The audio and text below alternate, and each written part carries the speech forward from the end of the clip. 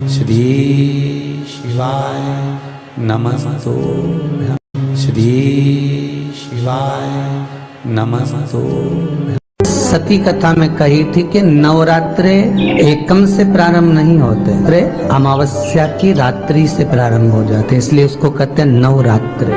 क्योंकि नवमी के दिन माता जी का विसर्जन हो जाता है, जवारों का विसर्जन हो जाता है, व्रत करने वाले कन्या पूजन भोजन भंडारा कराकर विराम दे देते हैं। तो नवमी की रात्रि उसमें नहीं जुड़ा पाती, उसमें रात्रि अगर जुड़ती है तो ये अमावस्या की रात्रि से जुड़ना प्रारंभ होता है, तब जाकर वो नवरात्रि पूर्ण हो पाती है। पितृलोक में पितृ जैसे निवास होकर भी इंतजार करते हैं। 4 नवरात्रे हैं तो 4 ही श्राद्ध हैं।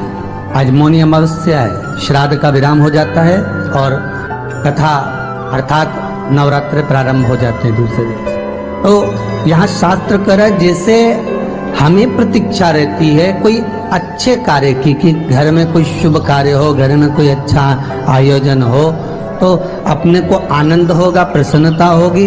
उसी तरह हमारे जो पूर्वज चले गए, जो पूर्वज चाहे वो अधोगति में गए हों, चाहे वो देवगति में गए हों, चाहे वो पितृलोक में निवास कर रहे हों, तो जितने भी पितृलोक में निवास करने वाले पूर्वज होते हैं वो भी ये विचार करते हैं कि हमारे घर के वंश द्वारा, हमारे वंशजों द्वारा कोई ऐसा सत्कर्म हो जिससे हमारे जीवन की वितृप्ति हो और हमें आनंद की अनुभूति हो। और ध्यान दीजिएगा महाराज, आपको चैत्री नवरात्रि का स्मरण होगा, आपको शरदी नवरात्रि का स्मरण होगा, पर जो आषाढ़ में और माघ में जो नवरात्रे पढ़ते हैं इसका एक आनंद ही दूसरा रहता है। बस इतना जरूर होता है कि दुनिया के लोग वो जो 2 नवरात्रे होते हैं उसमें कलश की स्थापना भी करते हैं, देवी का पूजन भी करते हैं, अर्चना भी करते हैं, मंदिरों में भीड़ भी रहती है और खूब प्रेम से माता का जगराता वगैरह सब होता है। पर ये जो नवरात्रे हैं 2 गुप्त नवरात्रे, इनका लोगों को स्मरण नहीं था।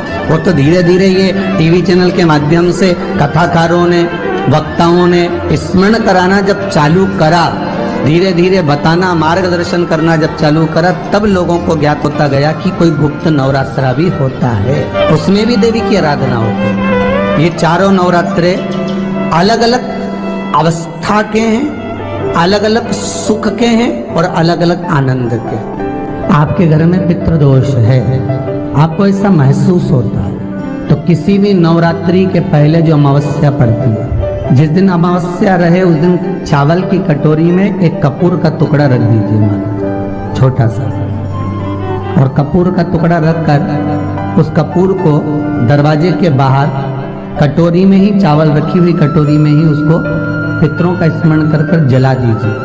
और जलाने के बाद उस चावल को कहीं भी किसी भी वृक्ष की छांव में पक्षियों के लिए डाल दीजिए। शिव महापुराण की कथा कहती है, अगर मान लो पितृ आपको कष्ट दे रहे हैं, पितृ आपको तकलीफ दे रहे हैं, कोई काम नहीं होने दे रहे हैं, या कहीं आपको ऐसा लगता है कि पितरों का दोष है, तो वो पितृ दोष देवी, अब ये जो आप करेंगे ये कब कर रहे हैं? अमावस्या के दिन आप उसको रख रहे हैं, अमावस्या के दिन उसको रखकर रात भर आपने रखा कपूर के साथ में, सुबह एकम पड़ गई, नवरात्रि लग गई, उसी दिन उसको जलाकर आपने पटक दिया।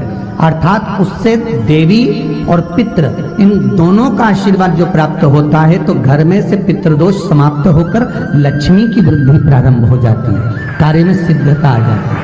और नवरात्रि में भी देवी की आराधना का एक स्मरण का सुख है महाराज। ज्योत का विधान है, नवरात्रि में देवी की ज्योत लगती है, अखंड ज्योति लगती है, जवारे बुआए जाते हैं, कलश लगता है, ज्योत का भी विधान है। जिसके यहाँ दिया अखंड जलाया जाता है, अगर वो दिए की लो, दिए की बाती अगर दक्षिण दिशा की होती है तो उसके घर में साल भर में एक घात जरूर होती है। जो दिया अखंड जलता है उसकी बाती का मुख दक्षिण का नहीं होना चाहिए।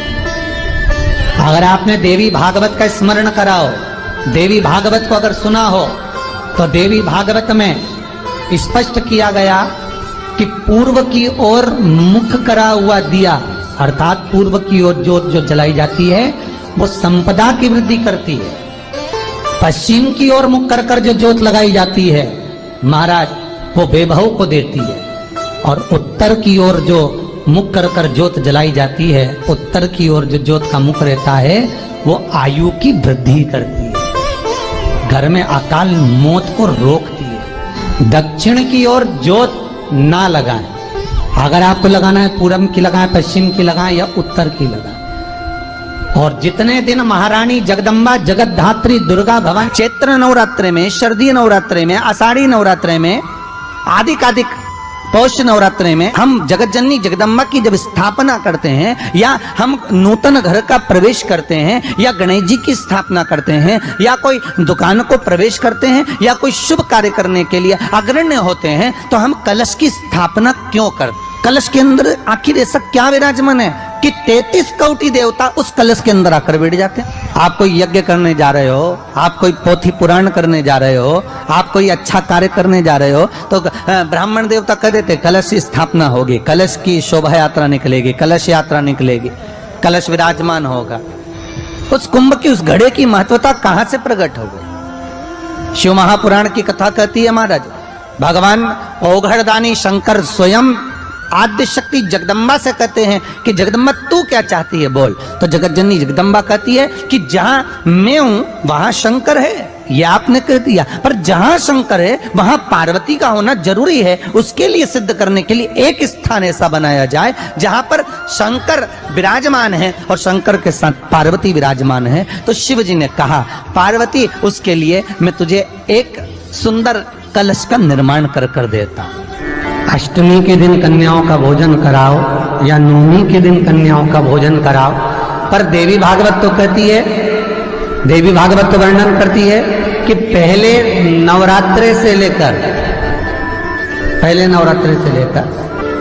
नवमी तिथि तक जितने दिन देवी के होते हैं, प्रत्येक दिन में आप किसी भी दिन कन्याओं का भोजन करा सकते हो, पहली रात्रि से लेकर, पहला दिन से लेकर। पर 9वें दिन तो सवेरे पूजन करके यज्ञ करके अनुष्ठान करके देवी को विसर्जन कर दिया, फिर नवरात्रि पूर्ण कैसे हुई? नवरात्रि की पूर्णता होती है अमावस्या की रात से गिनी जाती है। कौन से दिन से गिनते हैं? अमावस्या की रात्रि, फिर एकम की रात्रि, फिर दूज की रात्रि, ऐसे गिनते गिनते अष्टमी की रात्रि तक और नवमी के दिन सुबह तक या दोपहर तक या शाम तक, जब तक आप यज्ञ ना करें तब तक ये 9 रात्रियां पूर्ण गिनी जाती हैं महाराज देवी भागवत के हिसाब से पूर्णता। अब हमने कन्या भोजन का जो क्रम बनाया, अष्टमी के दिन करा देंगे, नवमी के दिन करा देंगे, इस तिथि को करा देंगे, पर भाव देखिए, शास्त्र कहता है भूखे को भोजन जब कराइए जब उसको भूख लगी हो, और ऐसों को कराइए जिसको जरूरत पड़ रही है।